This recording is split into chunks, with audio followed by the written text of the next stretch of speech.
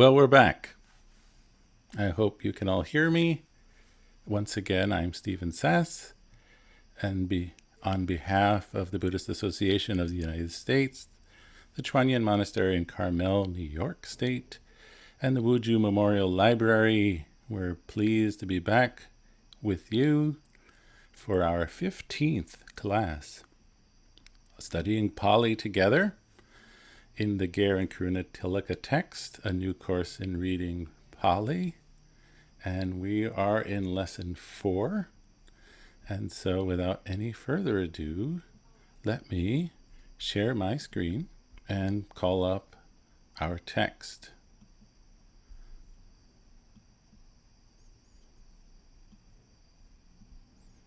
And so here we are. We actually covered in our last class the first of the readings, which is from the Anguttara Nikaya. And we've introduced in this new lesson, this new chapter, the numbers, amongst several other things. And we have several of them here. We have Chattaro. We have the number 4.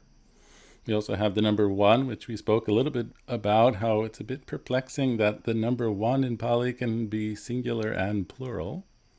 And that is because it can function essentially as a pronoun. And in the plural, it means some. And we have that in this very text. We also have the number 4 here in this word, Chatuka. That is the book of 4s of the Anguttara Nikaya. And we're talking about kilesas, which are in Sanskrit kleshas. And typically in Pali, they're actually called upakilesa. Upakilesa, so the klesha becomes kilesa. So just to review a few grammatical points, we don't have to go through this whole reading again unless there are some questions. But notice how evameva ko bhikkhave chattaro ime upakilesa. So here are the number 4, chattaro, and it's joined together with the demonstrative pronoun in the plural, ime. So that's ime, but when chattaro and ime come together, they lied this way, chattaro me, for ease of pronunciation. And that is going with the plural, upakilesa, so that's kilesas, perhaps we can say defilements, of or for ascetics and Brahmins. This is our genitive, dative, plural ending. And notice here, in our relative pronoun, yehi, it is in the plural.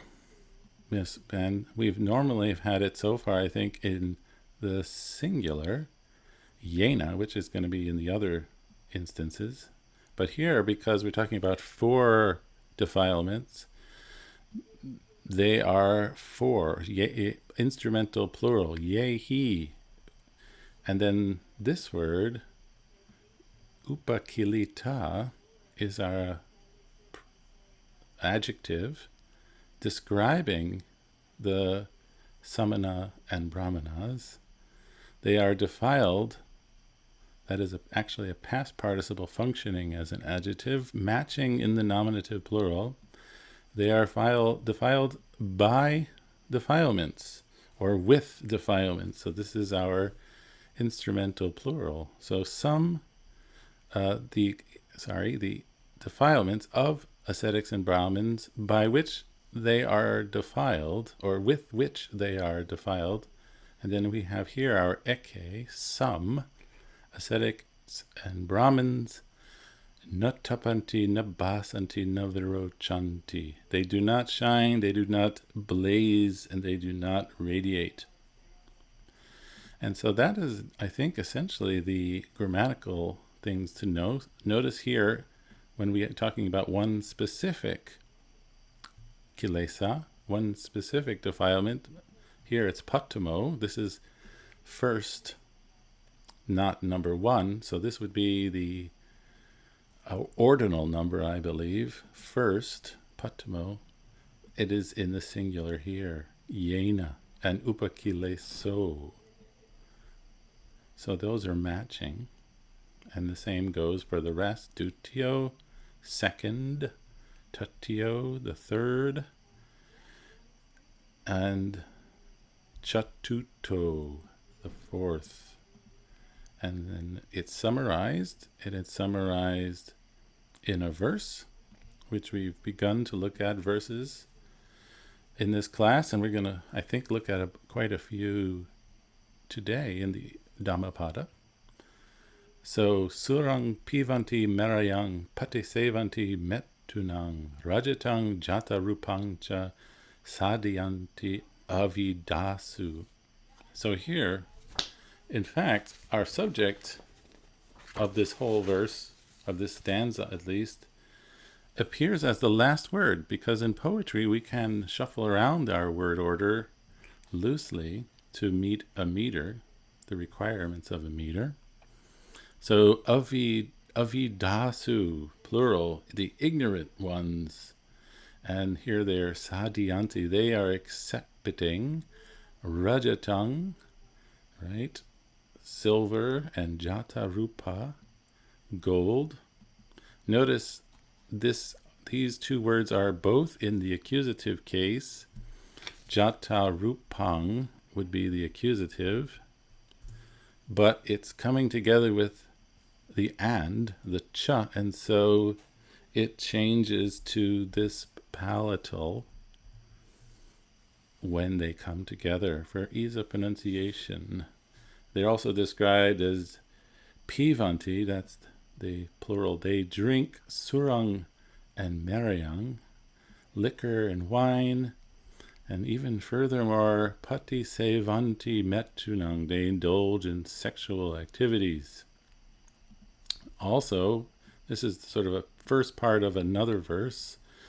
They live, jivanti, micha jivena, with our instrumental, by wrong livelihood, some ascetics and Brahmins. So that was our first reading. I don't think there's too much of complexity in the grammar. It's really maybe to introduce us to our numbers. And we can go on to a new text, which is this one from also Anggutta Nikaya Book of Fours. This is called the Supavasa Sutang, and it's from a chapter that is the word vaga or vago. Perhaps we can translate that as chapter. And it's described as punyabhisanda. So abhisanda, as I understand it, has a sense of flowing out or issuing out. Punya is merit. So they come together, the A joins as one. And so it has the sense of, I think this is translated by Venerable Bodhi as streams of merit, or the chapter on streams of merit, things that are very meritorious. And Supavasa is a woman, and so we're going to encounter a stream of feminine declensions now. So maybe we should look quickly at the text. I have my scan here, I think. Because it talks about feminine participles.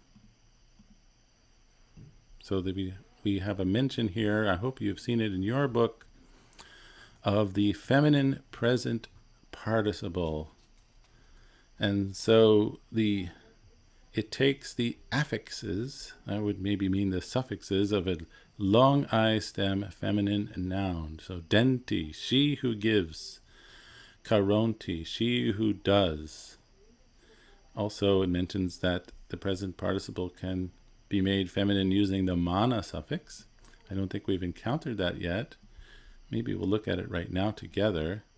So we should know that there are more than one ways to form the present participle in Pali. So far we have the unt, the nta type of infix, or almost suffix. And another way, A-N-T, and then the other way is with this mana suffix.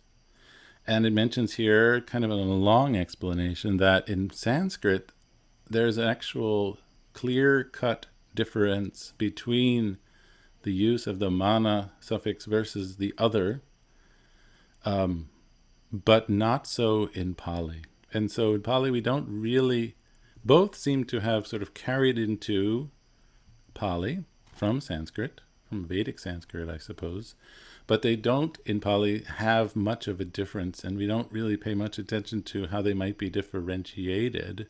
Rather, they're really translated the same.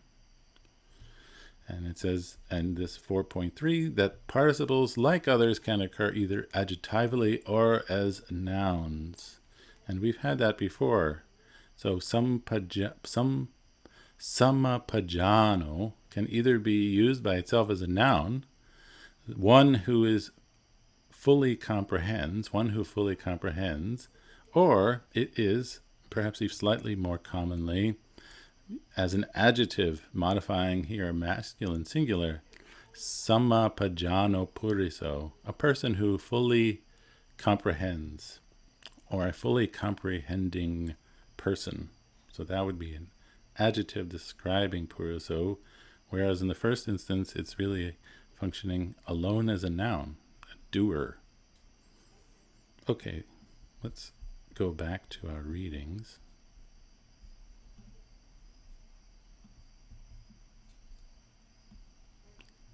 Oh, that is not it. Here we go. Okay. So I'll read this first couple of sentences for you. Bojanang supavase denti aryasavaka patigaha kanang chatari tanani deti. Katamani chatari. So here, we might think that the subject of this sentence is Supavasa, but in fact, her name is given in the vocative, the feminine singular vocative, Supavase, and so therefore she is not really the subject of the sentence. The subject of the sentence is Arya Savika, the female noble disciple. So I think we've had, and we all know, the term Arya Savika. Here, because it's referring to a woman, it's presented in the feminine with the long A. And so she is described with this present participle, feminine form, as an adjective, and denti. So here, this participle is also related to the root da, which we've had on many occasions now, dadati, dana.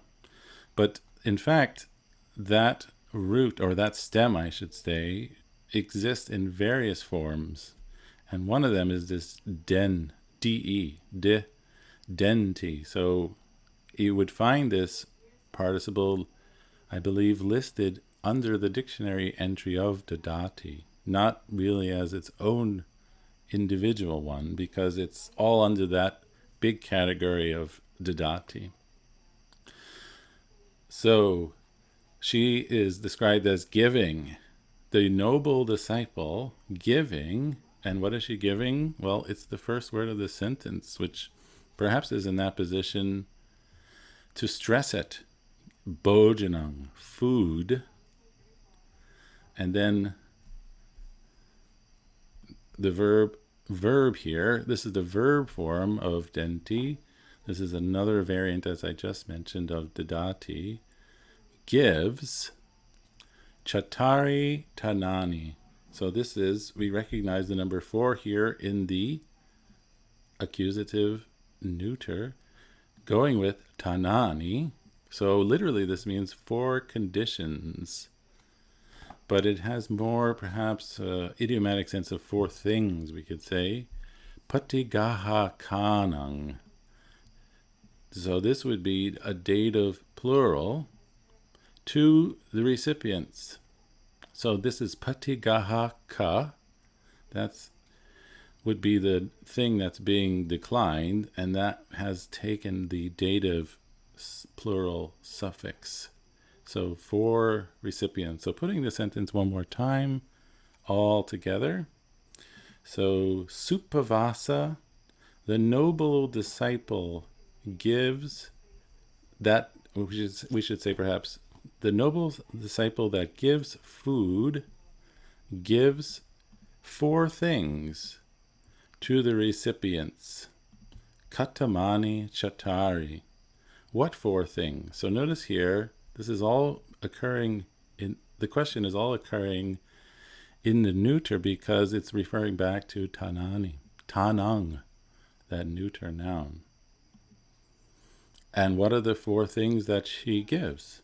So we have the verb deti, gives. It's not necessarily a feminine verb because verbs don't really have gender. It's just a form of the dati, or a verb based on the root da. She gives ayung, life, vanang, a word that can take on many different meanings. It could actually mean color or complexion, but it also can mean beauty. And I think even as an extended meaning, it could mean health. So she gives, say, beauty. She gives sukhang, she gives happiness, and she gives balang. She gives strength. Okay? So let's go on to our next sentence.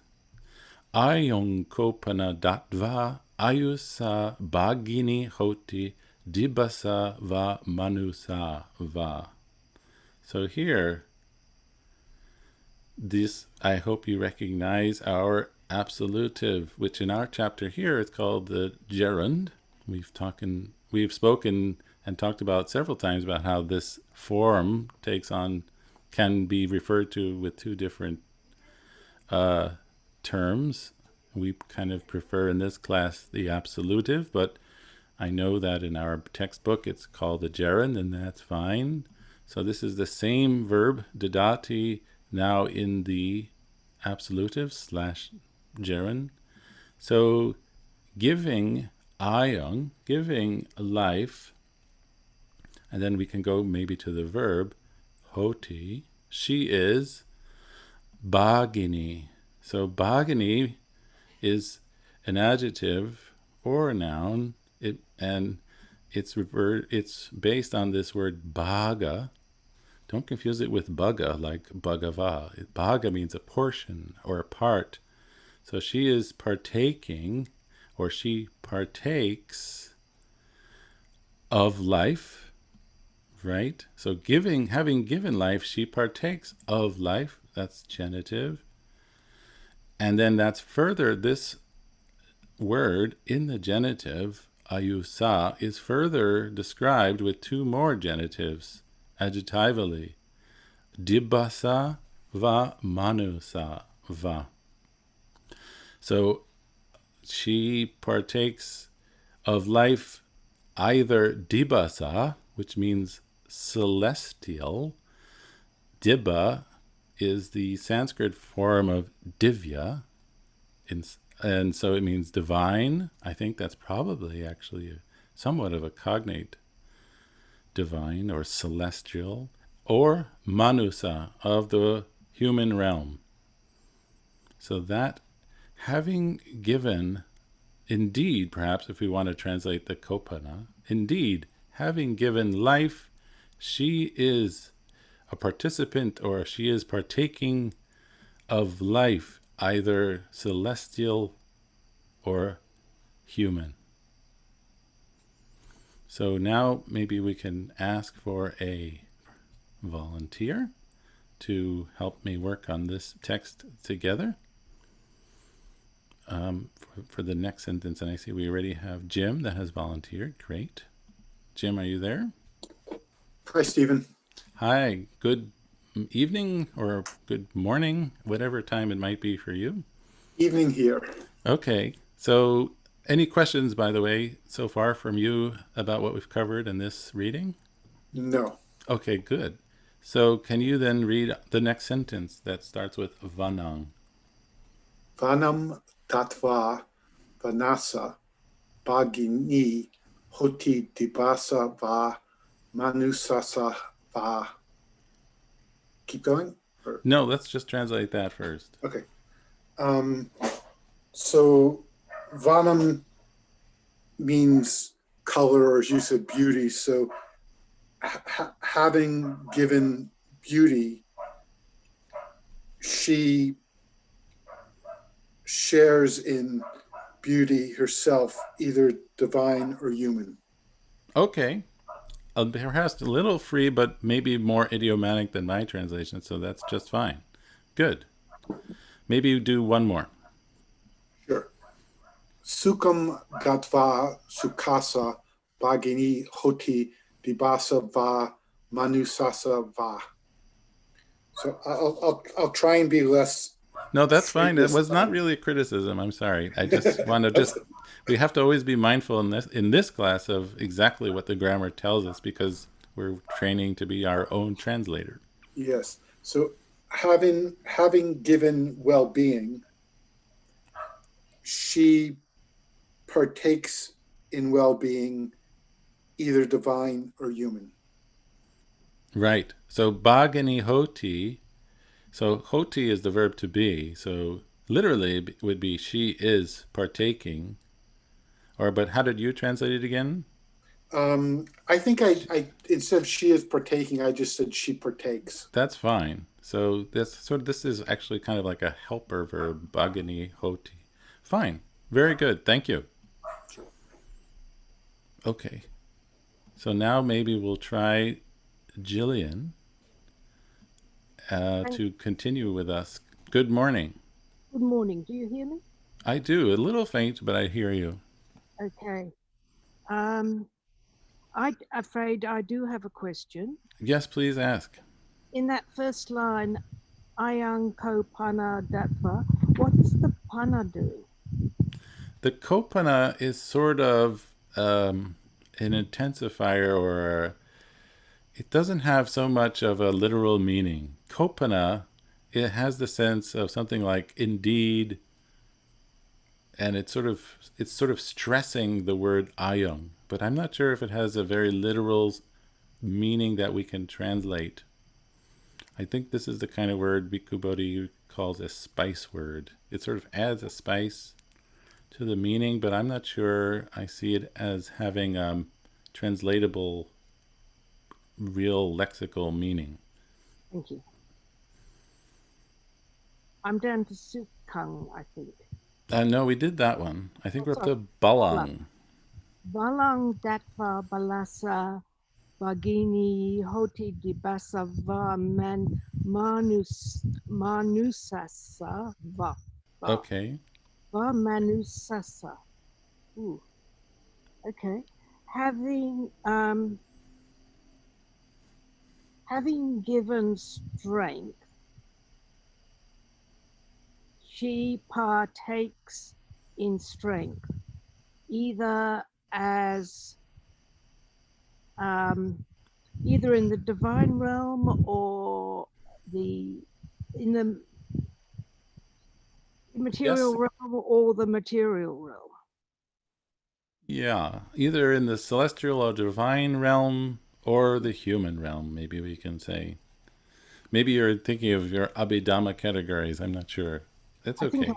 I think I was. I suddenly wondered whether it was actually a realm I was talking about or a group of people. So yeah, I think it might be better to stick a little bit more direct to the text. So dibba, as I said, is there's actually a real cognate in English, which I think is divine. And diva must be a cognate too, I think. Well, dibba is divya or diva, yeah. Something like that. And so that vya gets assimilated to this double B. Okay, good. Thank you. Let's try another person.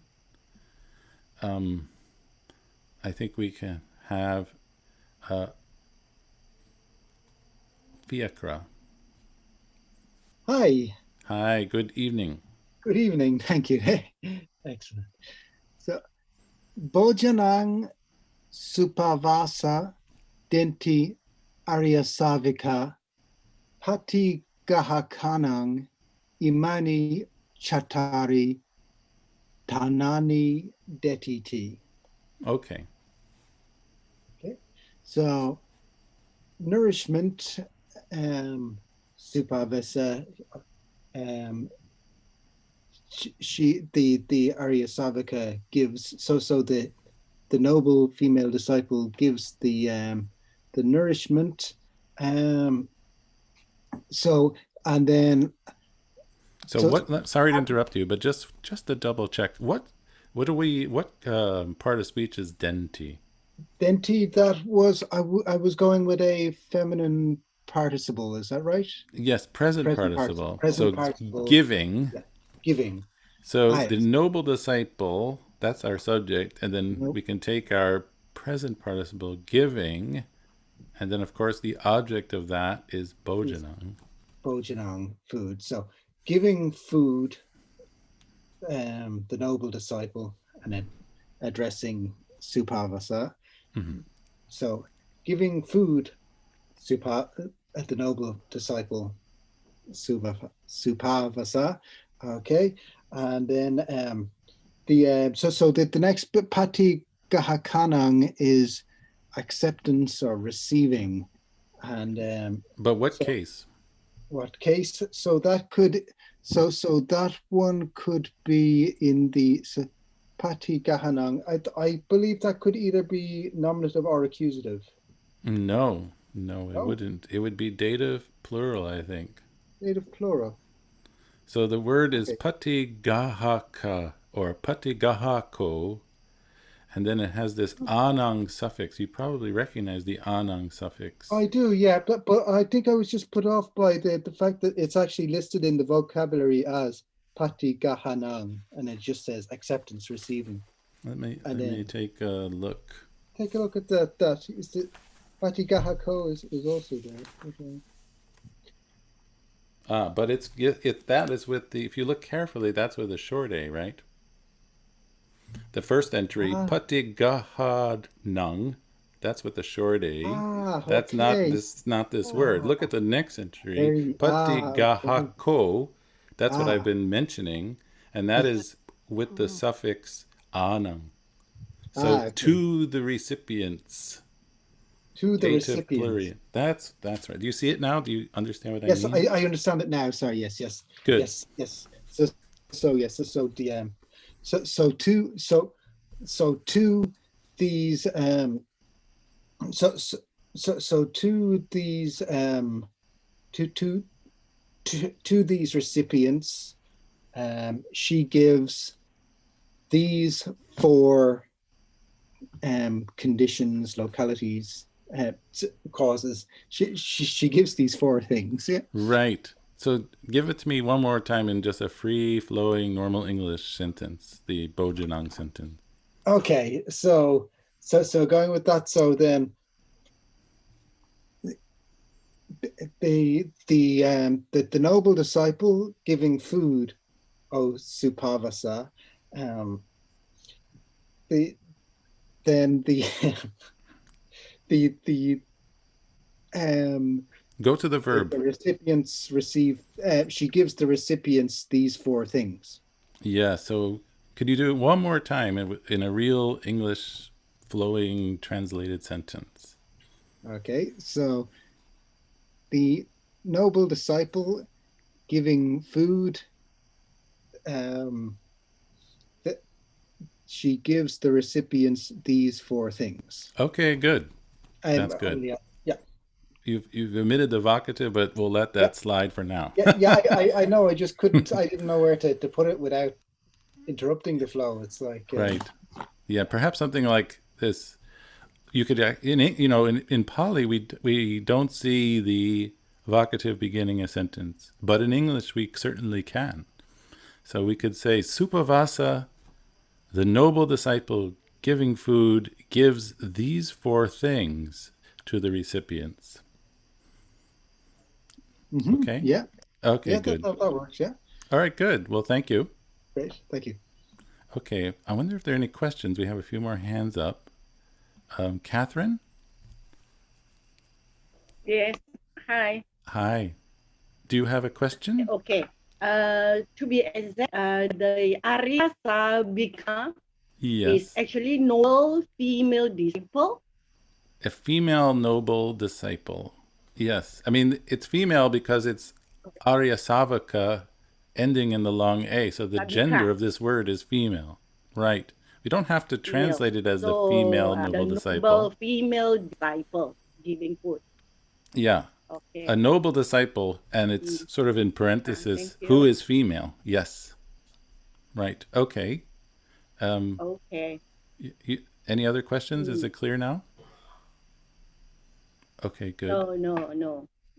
Okay, Clear. Thank you. good. You're welcome. Let's see. Bonita, do you have a question? Yeah, I want to just find out about that. Can you hear me, Stephen? Yes, I can. Yeah. This Ayung ko pana. Mm-hmm. So you told that pana is like doesn't have a literal meaning or something like that. I wouldn't translate it literally, no. I would just put it as a sort of like, indeed, kopana. Really, or something like that. Because pana could also mean life. Yes, but not here. Okay.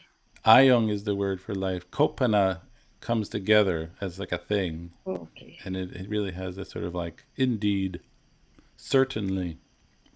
Because I thought, because the word ayus was there, maybe the connection of a long life. I'll tell you what, why don't you, we're looking at this sentence together. Ayam kopana datva. Why don't you read this sentence and translate it for us one more time so we all are on the same page. Yeah, which one was that? Ayung ko pana datva ayusa bajini hoti dibasa wa manusasa wa. So I kind of translated it as, I just said having given long life. Okay. Verily, that is like indeed, verily, she herself shares long life either in the celestial or human realm. Okay. That's fine. Good. Thank you. Yeah, okay, thank you. All right. I don't think we have any more questions on this reading. I hope that was all pretty easy to see. And so we can move on to the Dhammapada. Oh, wait, I see Catherine's hand again. Catherine, do you have a question? No, to read. Oh, well, let's look at this a bit first together, then we can go on together. We have a question from Chung. Hi, Stephen. Thank you. This is perhaps a question or comment on the earlier points raised. Pana, the one that means life, the spelling is a bit different, I think. It's P with a long A and underdot A. Pana. That's a good point. I hadn't thought of that, but you're actually right. Yes, which is related to prana in Sanskrit. Right, so that is a different word. This is not pana, this is pana. Very good. Thank you for helping me with that. I appreciate that. Thank you.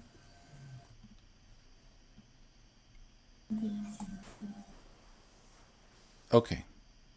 So now, or Diane, do you have any questions or comments?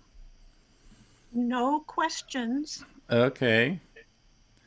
All right, now we can move on to Dhammapada. So this is our foray into the world of Pali poetry, Pali verse. I have to say I don't find these verses particularly easy. I think they're tricky, and if you have found them tricky, don't be alarmed, because these are some of the hardest things to translate. Poetry is extremely difficult to translate well. It's probably really an art form. But of course here we're just trying to grasp the general grammatical sense. We're not trying to create a work of art in terms of a translation.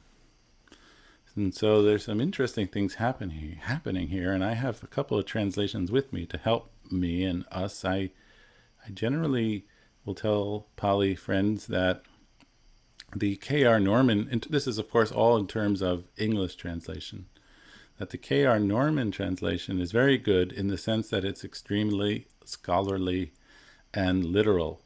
And so for a Pali student, this can be very helpful to refer to, because it helps us sort of get under the hood, get under the bonnet of understanding the mechanics of these words. It might not read the most beautifully, and I also like the Glenn Wallace translation just as a translation. So those are two of my favorites. I'm sure that you all have your own, because the Dhammapada is certainly must be the most famous of all Pali texts. Sometimes you'll see these just, in kind of regular bookstores, people snapping them up. So now let's take a look at the knit and the grit of this. Nabajje papake mitte, nabajje purisa dhamme, bhajeta mitte kalyane, bhajeta puri sutame. So here, let's look for a second at our grammar book, because we need to look at the section called More Optatives. And so we've been looking at optatives. Remember that the optative is a form of the verb which connotates or has the sense of a possibility, an idea, a possible scenario. It's not necessarily a tense that it refers to a place and time, but rather a just one option, optative, what it might be, but not necessarily based in truth. So notice here that the singular, we've been looking at this double Y marker, but here we're told that the first, second, and third all can take this, just the letter E as its ending. And then we have a couple of options in the plural as well. It mentions here that these are the middle voice endings, but in Sanskrit, as opposed to as in Pali, as opposed to Sanskrit, these differentiations in voice are not very big.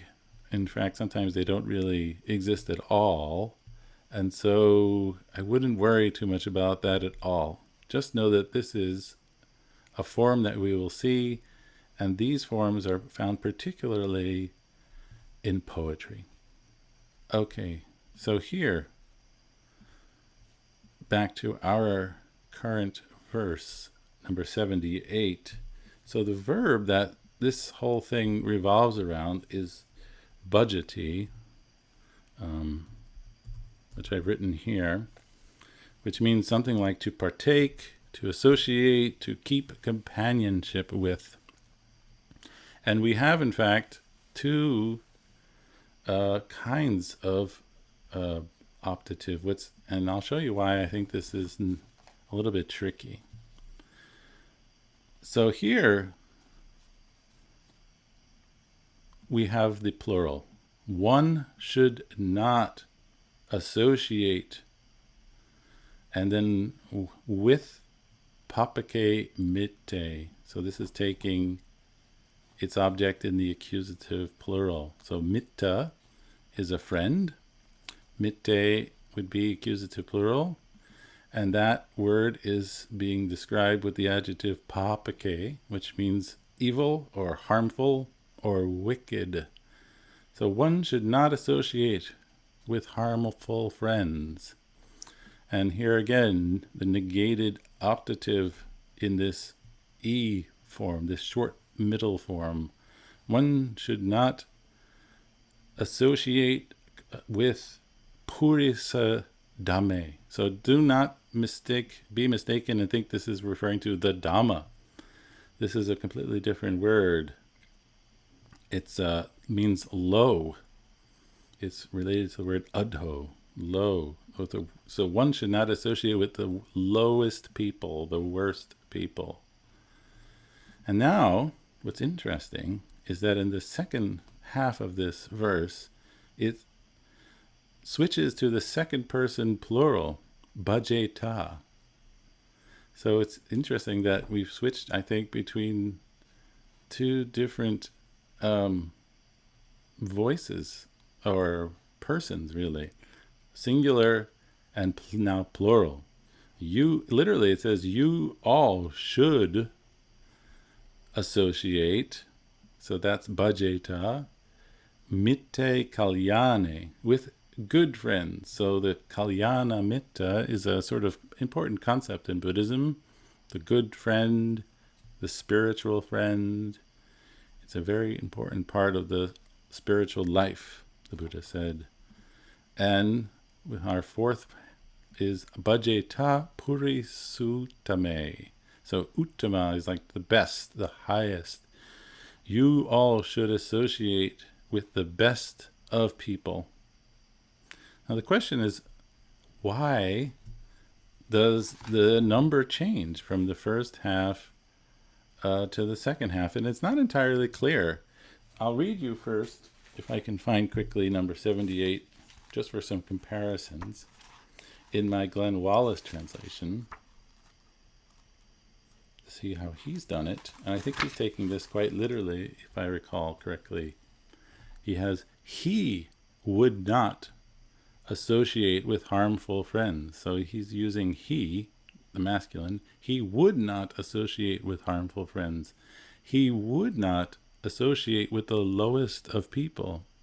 So you, meaning you all, should associate with encouraging friends. So that's how he's translating kalyana mitta, encouraging friend. You should, this is you plural, you all should associate with the best of people. So he's taking this quite literally. I'll read you one more translation. So this would be the K.R. Norman, which I mentioned is Mr. Literal, but let's see how he reads this. One should not associate with evil friends. One should not associate with the lowest of men. One should associate with good friends. One should associate with the best of men. So notice here that Mr. Norman has translated all four optatives the same. And I think that might be because I think the difference, I should say, in the between the forms of the optative might simply be because of the meter. Because in a meter, which I'm not going into here, but we should know that in meter, in any language, the syllable count is of crucial importance. There's a rhythm to this writing. There's a flow. And the meter number, the syllable number of the meter, has to be kept quite precisely. And so I think that might be why it's filled in the second half of our verse with bhajeta. But I think it might be also impossible to say, because who can know? So we have two different takes on this, well, three if you add mine, on how this verse might be translated, and it sort of gives us a taste of the challenges that one encounters when translating verse, because verse is always a little bit more free than prose. I was wondering if anyone else might like to share their translation of 78.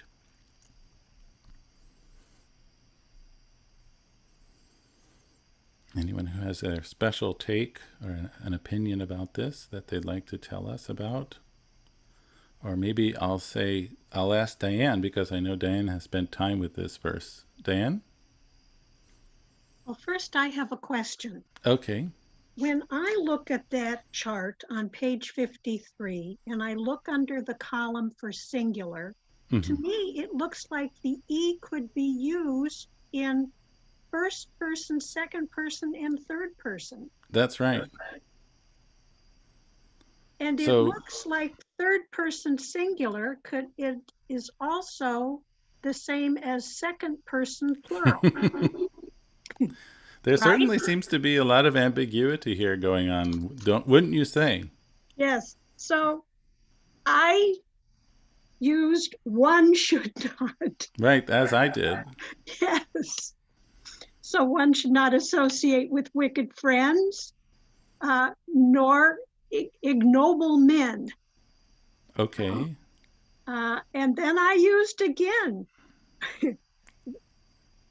one should not associate, you should, oh, I did use you. You all. singular or you plural?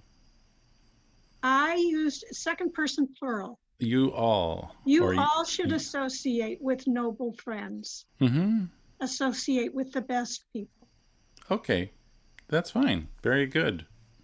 So yes, there is certainly is a type of ambiguity here. As I've said, I personally think that it might be just to fit in to the meter, because specifically here, the first two parts are negated. So it's na budge. Na budge would be 3. And then since it's positive in the second half, budgeta, we don't have the negator, so it kind of fills in for that negative na. So that's a theory. I'm not 100% certain on it, but it's a possibility. And as we've seen from two very accomplished translators, they have taken different approaches. Okay.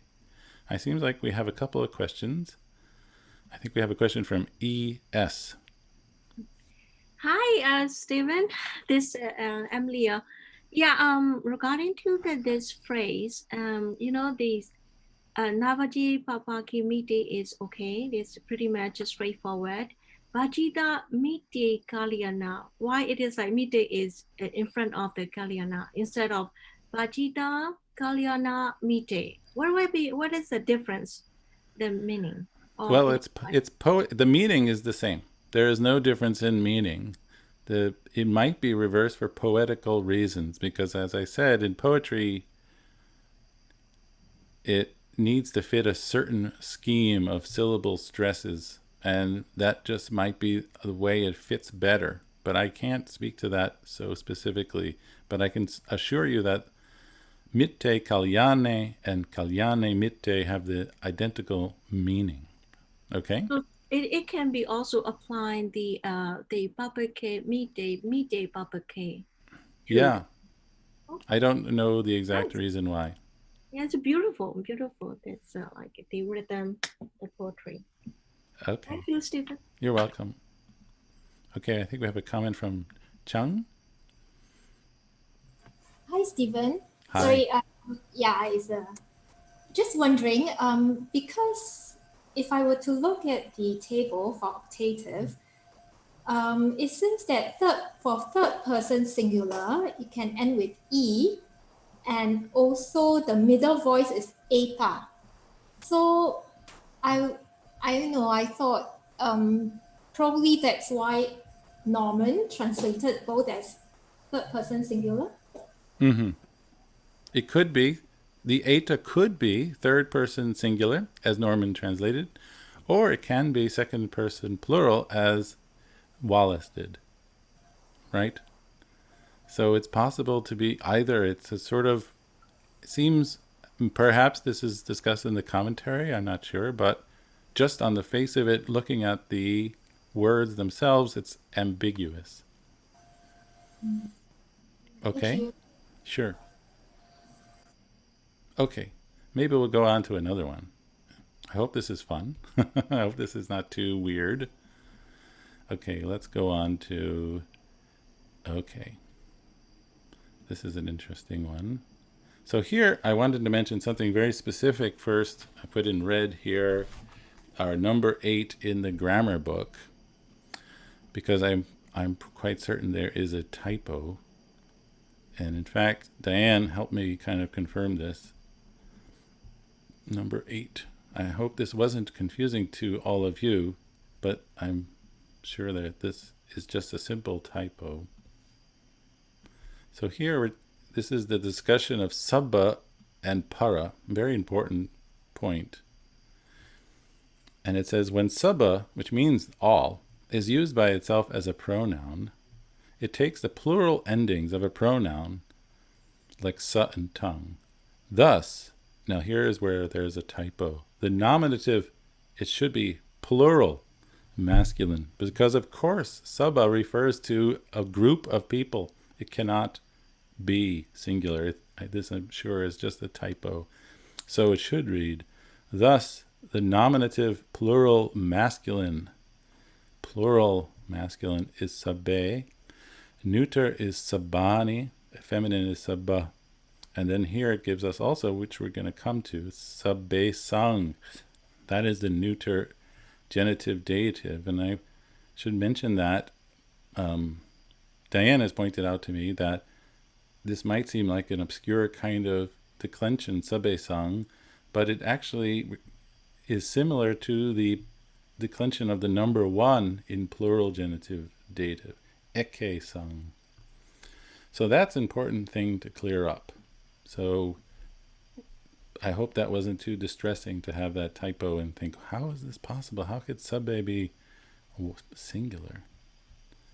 Okay, I think this is a fairly famous one. These two actually pairs. Sabbe tasanti dandasa, sabbe bhayanti machuno.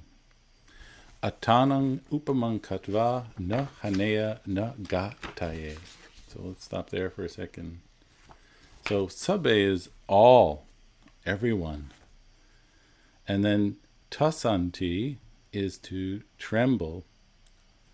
And what's important is that actually there's another grammatical point, which for those who are very sharp, with very sharp memories, way back when we were doing some Pali primer sentences, we had the verb bhayati, fear, I think it was. It was a verb that implied fear. And I said, in fact, we should correct the object of this fear to the genitive case and not the accusative case, because in Pali, this is called, in fact, the genitive of fear, that the object of the fear, the thing causing the fear, is represented in the genitive case, not the accusative case. So that's what we're seeing here in both the first and second lines. So danda is a staff or a rod in a literal sense. It also can take on a more extended sense of violence in itself as an abstract concept. So all tremble at violence. Sabbe bhayanti machuno. All fear, bhayanti, machuno. So be careful here. Machu is a you noun, and so the genitive of it is machuno. You might need to refer back to either lesson 1 or 2 where that declension table is given if you weren't quite sure what case machuno is in. So all fear the rod, or all tremble at violence. Notice those are two rather different readings of two possibilities. All fear death. And here our third line, atanang upamang katva na haneya na gataye. So here, katva, it's our absolutive / gerund of karoti, having made, right? Karoti, to make, to create. So having made, katva, upamang, similarly, or the same, atanang, oneself. This is the accusative of atta, which is a group of words that we haven't actually countered. So just know that atanang is atta, atang, atan in the accusative. So literally it says, having done similarly yourself, you should, now this is optative, you should not harm, haneya, na gataye, kill. So hanati, which is the verb that this is coming from in the now, here, in the optative, can mean to either kill or harm. But since this verb, gataye, is kill. So I think we have to put this one as harm to make sure that to make a difference between the two. Otherwise it would just be redundant. Okay. So now I'd like to have a volunteer to do the next verse, which is almost exactly the same, except for a few words. I think just 3 words. So who would like to give a whirl at 1:30? Okay, I think we have Sharosha. Oh, she seems to have disappeared.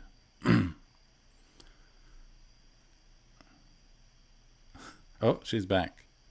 Whoa, suddenly I have a whole raft of volunteers. Okay, Sharosha, are you there? Hi, sorry, I clicked the wrong button. No problem. So let's do 1:30. So please just read the 4 lines. Okay. Sabbe tasanti dandasa sabbe sang jivitam piyam attanang upamang katva na haneya na gataye. So I translated it as all beings fear the rod. Sabbe sam jivitam piyam, all beings hold life dear. Okay, hang on. Very good. Tell me, what case is sabbe sang? Sabbe is genitive plural? Plural? Yeah. Yes, so jivitang is the subject, right? Yes. Life, so and then life. it's being equated with piyang is dear for all, to all. Right. Go on, please. And I the next line I translate making oneself as an example, or maybe that's too wordy. I guess taking oneself as an example. Okay. One should not kill, nor cause another to kill. Okay. So you're taking this in a different sense than me, which is yeah, possible. it was a bit confusing for me, that particular section. Gataye. Yeah. That's another option. That's fine. That's good. Okay. Okay, very good, thank you. And now I'd like to read a couple of translations from our book just to give us a little even more information. So I'm going to look at Norman. So he has very similar to Sharosha. All tremble at violence, all fear death. Comparing, and he has in brackets others, so that word others is not in the text. Comparing others with oneself. One should not kill or cause to kill. And then for the second, all tremble at violence, to all life is dear. Comparing others with oneself, one should not kill or cause to kill. And then finally, Glenn Wallace for our edification, 129.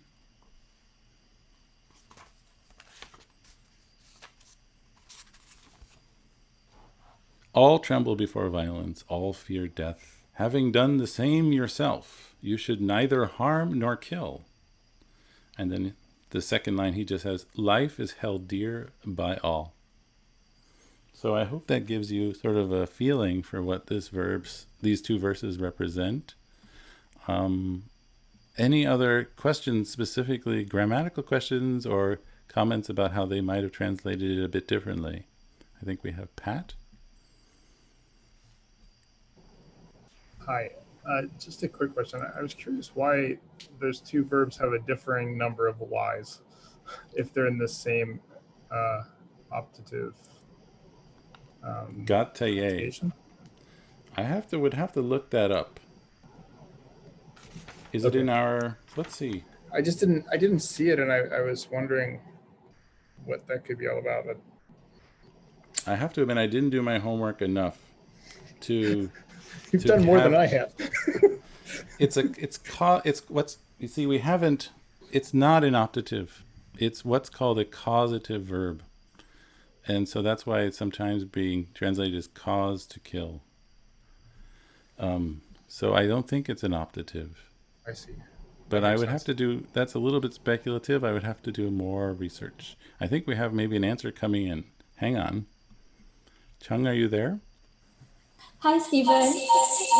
We're having a lot of feedback. I'm sorry. Okay. Now I'm just wondering, could it be causative plus optative?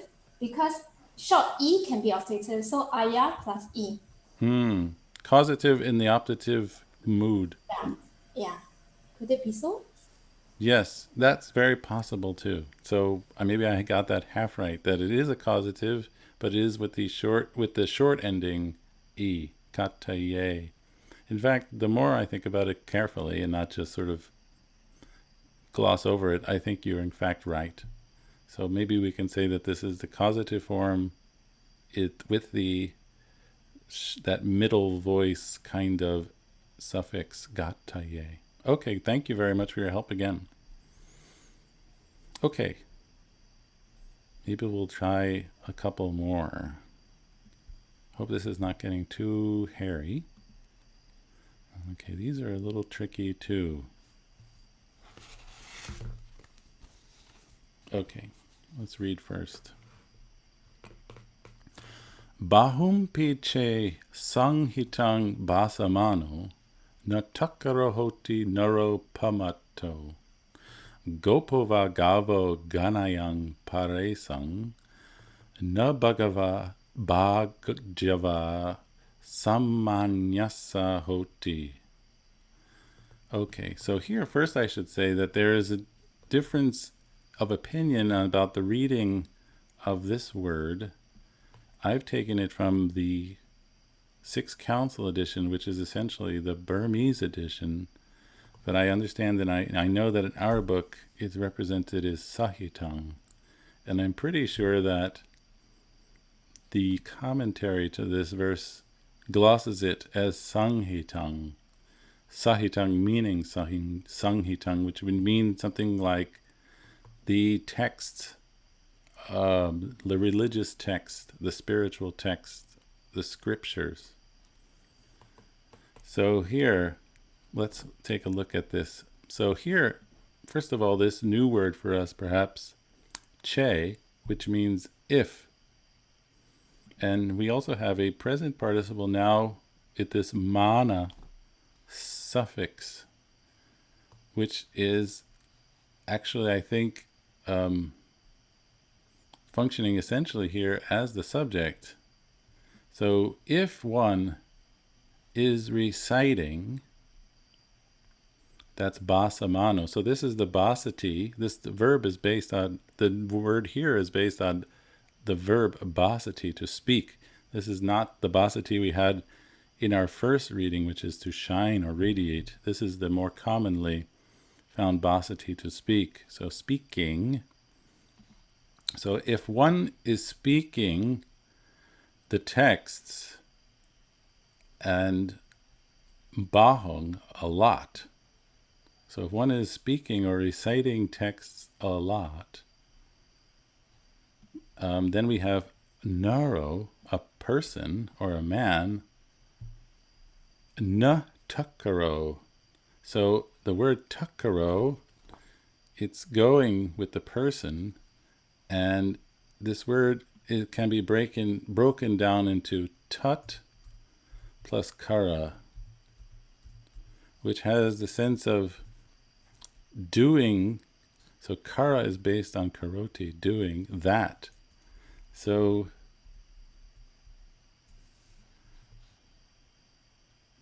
is not doing that, or we can say is not a practitioner, because that's what takaro is really meaning here. One is not practicing what one preaches, so to speak.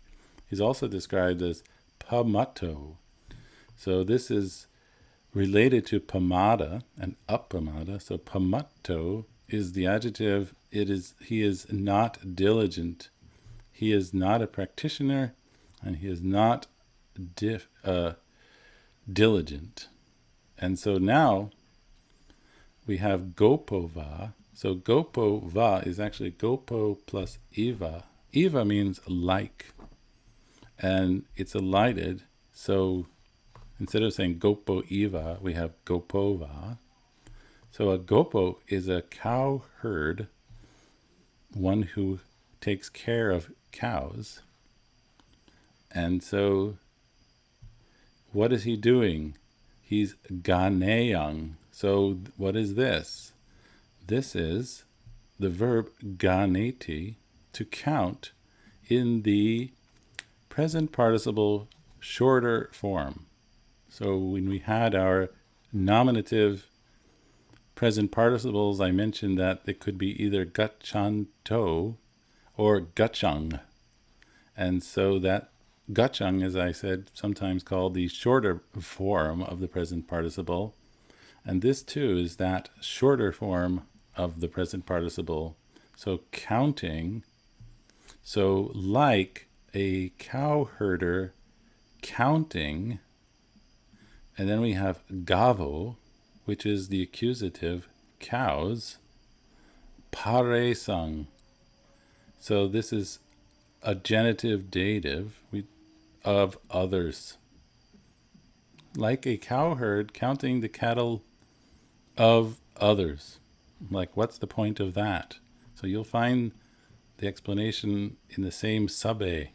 I think that's in the grammatical point number 8. And na bhagava samanyasa hoti.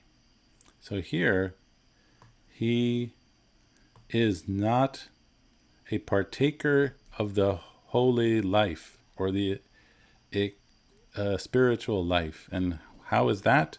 Because we have here, this is, we had it above, not a portion taker or participant.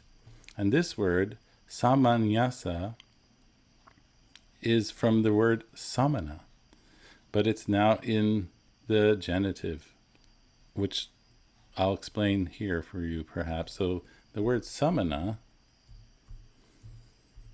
which we've had many times, I think it has actually, this kind of N, means an ascetic, but this is like the abstract form. So samana-ship, samana-ness.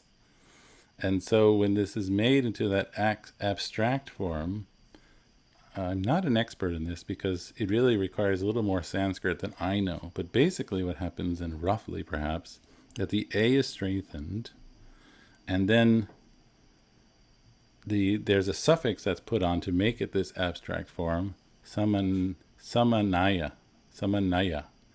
But this can't really stand in Pali, and so this becomes what's called assimilated to this. And that's what we have. And then we just tack on our genitive ending. And so that's how we have this abstract form of samana in the genitive, samanasa. So let me read for you a polished translation of 19 from K.R. Norman. I think that will be helpful at this point to get it all in one. He has, I will try to do it slowly. Although, so that's this, che, if, or although, reciting, basamano, a large number, bahong, of scriptural texts, so that's this word sahitang, if not, so here is also this if is carrying on, if being careless, pamato, he does not act accordingly, that's na takarohoti, like a cowherd, gopova, counting, ganeyang, the cows, gavo, of others. And our fourth line, he has no share, na agava, in the ascetic's life, samanyasa. So notice here that the genitive, it has a sense in English of the locative, which we will see fairly often. So when we translate the genitive, often it works a lot better to be translated in the locative in English. But it is, in fact, genitive. Okay, I should ask any questions on this one. I know that's a tricky one. So are there any grammatical points which are not clear so far for 19? Ken? Yes, is it possible to translate samanasa as for asceticism? Yes, but how would you translate the whole line? I translated it as he is not honored for asceticism. But how do you get honored? From Bhagava. It seems quite loose to me, because it really means a participant or partaker. I understand where you're going, but I'm not sure how I would integrate it with the rest of the sentence. But I think the spirit of it is right. If that's okay. I just am familiar with Bhagava as one of the labels for the Buddha. Oh no, don't do that, because that's Bhagava with a short A. Bhagava. Right. So I tried to bring this point out earlier, but remember I said don't confuse this with Bhaga, which means something like good fortune. And so Bhaga means good fortune. And so Bhagava or Bhagavant is one possessing good fortune. And that word is translated as the Blessed One. But here the word is Bhaga, which means something entirely different. It means a portion or a part. It's not really related. And so here is one who is having a portion. It has nothing to do with the Blessed One at all. I'm glad you asked that question. Thank you. Okay. Any other questions or comments before we finish 19?